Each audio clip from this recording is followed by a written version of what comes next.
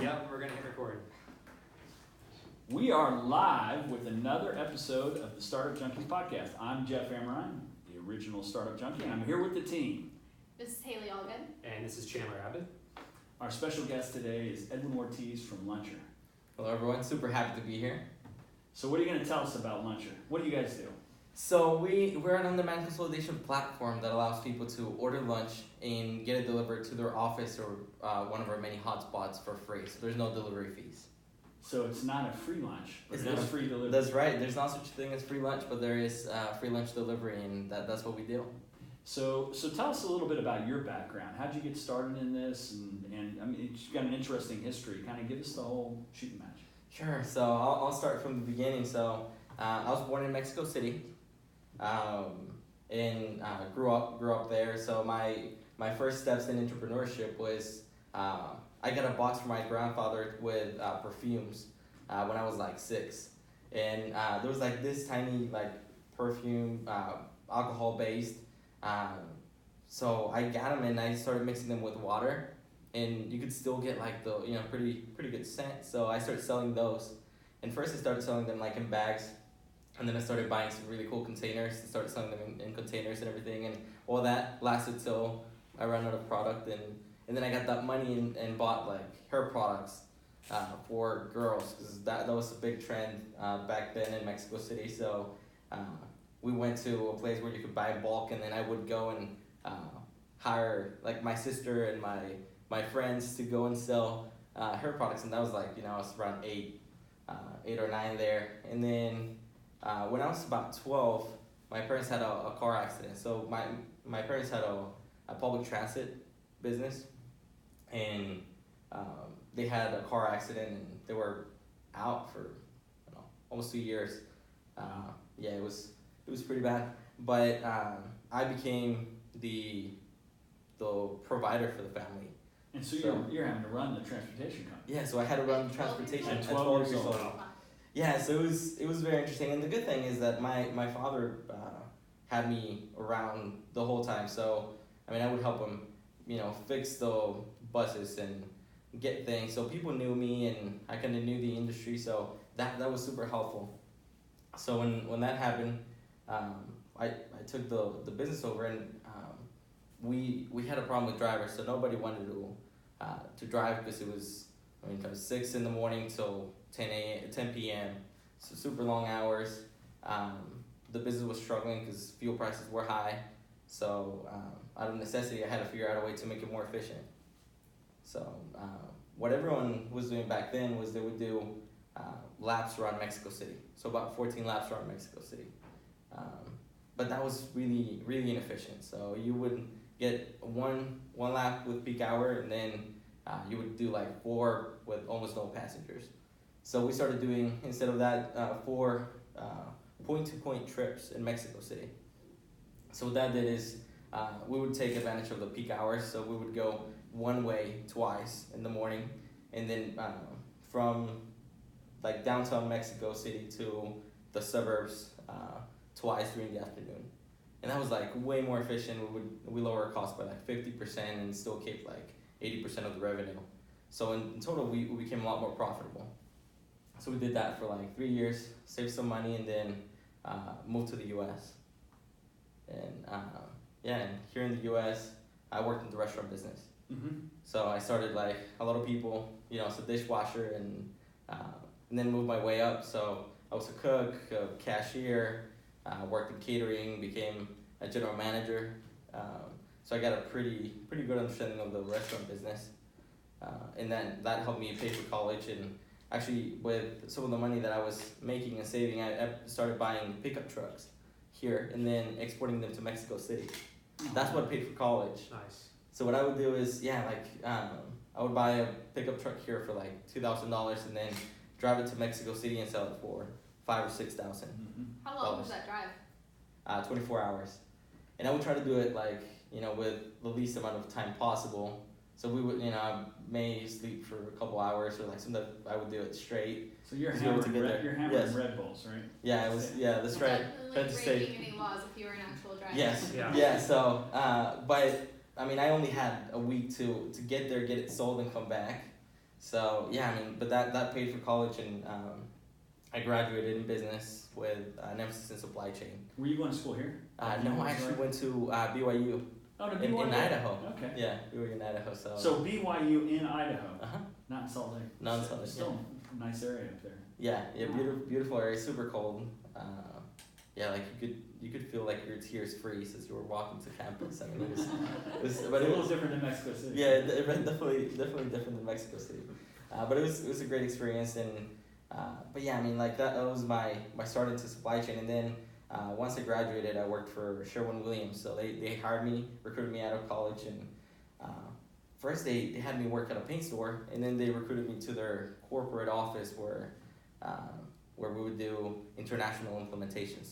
So it was Oracle implementations, just like SAP implementations, but we would go to different countries, a lot of them in South America, and they would acquire companies. We would go there and figure out how they operated, and then implement the new system and try to communicate with the headquarters here in Cleveland. Okay, So- so what brought you to Northwest Arkansas? Let's jump ahead a little bit. For sure.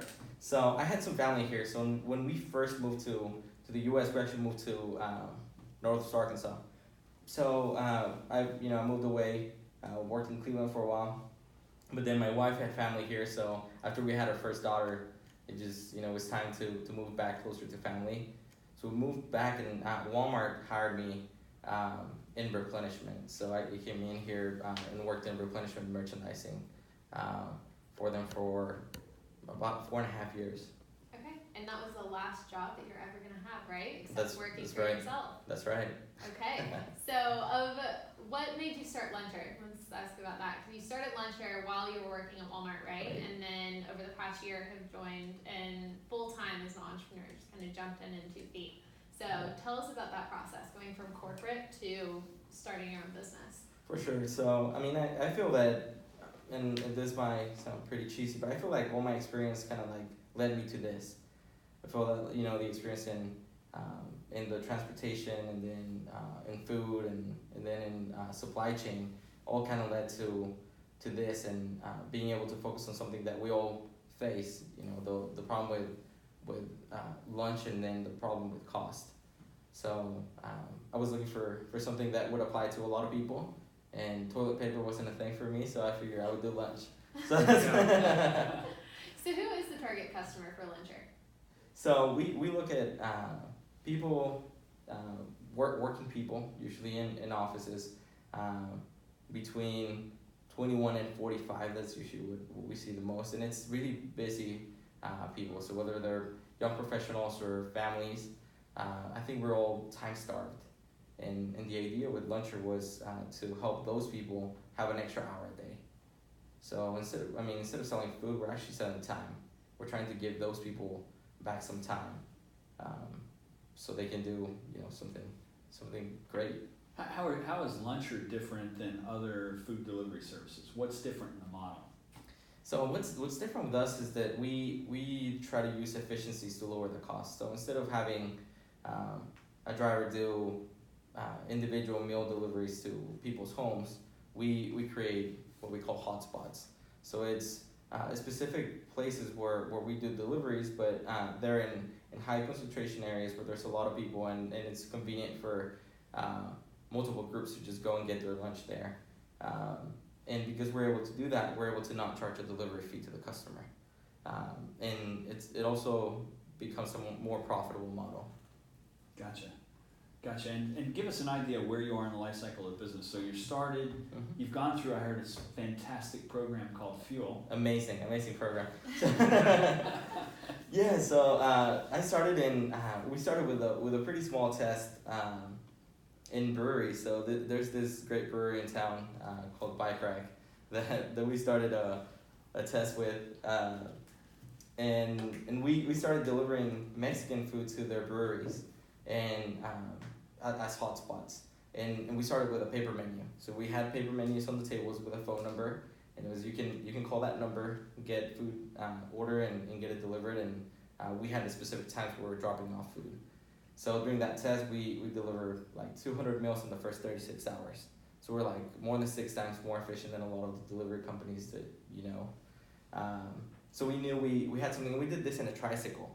So it was like this front. It was that big pedal bike. Yeah, with the big baskets pedal. on it, That's right. Who Yeah. convinced you to get a pedal bike? So actually, it was Jeff. So Charleston? Jeff Charleston. So The other Jeff. Yeah. So the other Jeff. So we had I had bought this electric cart, but all the streets were closed, and he's like, "Oh, I think it would be a lot better if you guys could do like a bike." I was like, "Well, if you say yes to a test, I'll have bikes in a week." So I drove to Mexico City, bought 6 bikes, like those cargo bikes, and drove back, and that's what we started the test with. Okay, so are you still using them today?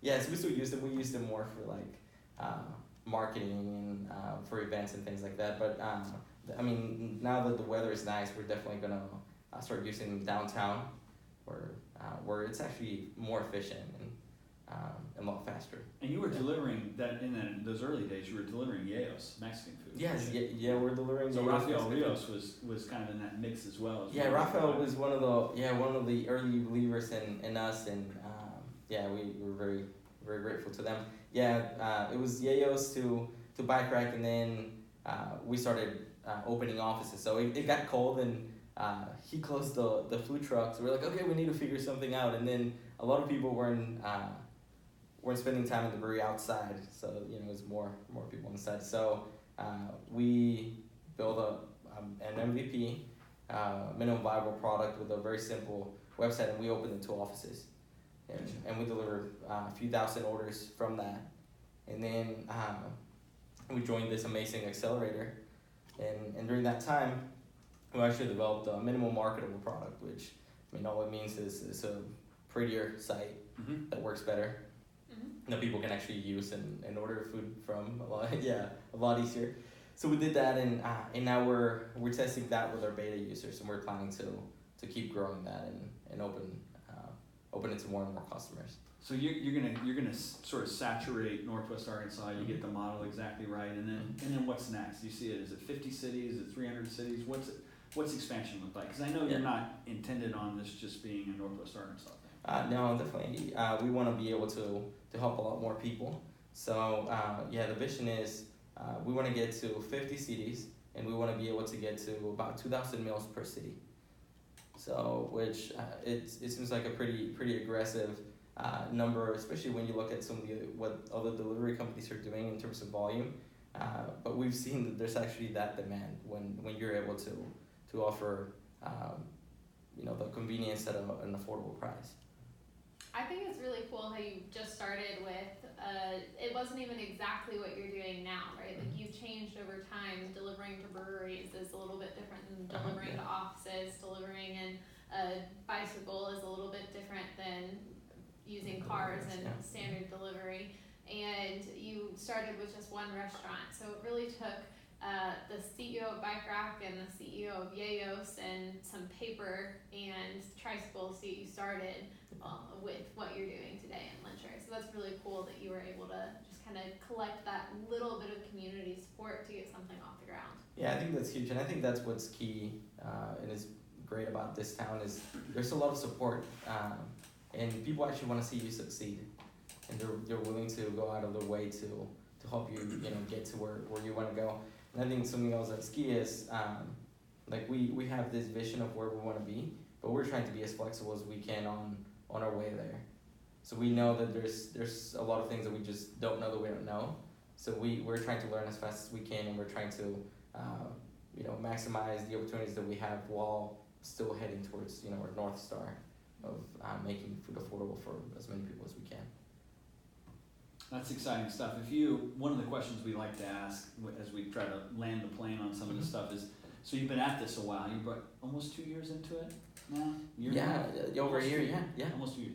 So if you could give advice to yourself at the point that you were getting ready to start, what are some things you've learned over the last 2 years that you would like to tell your younger self?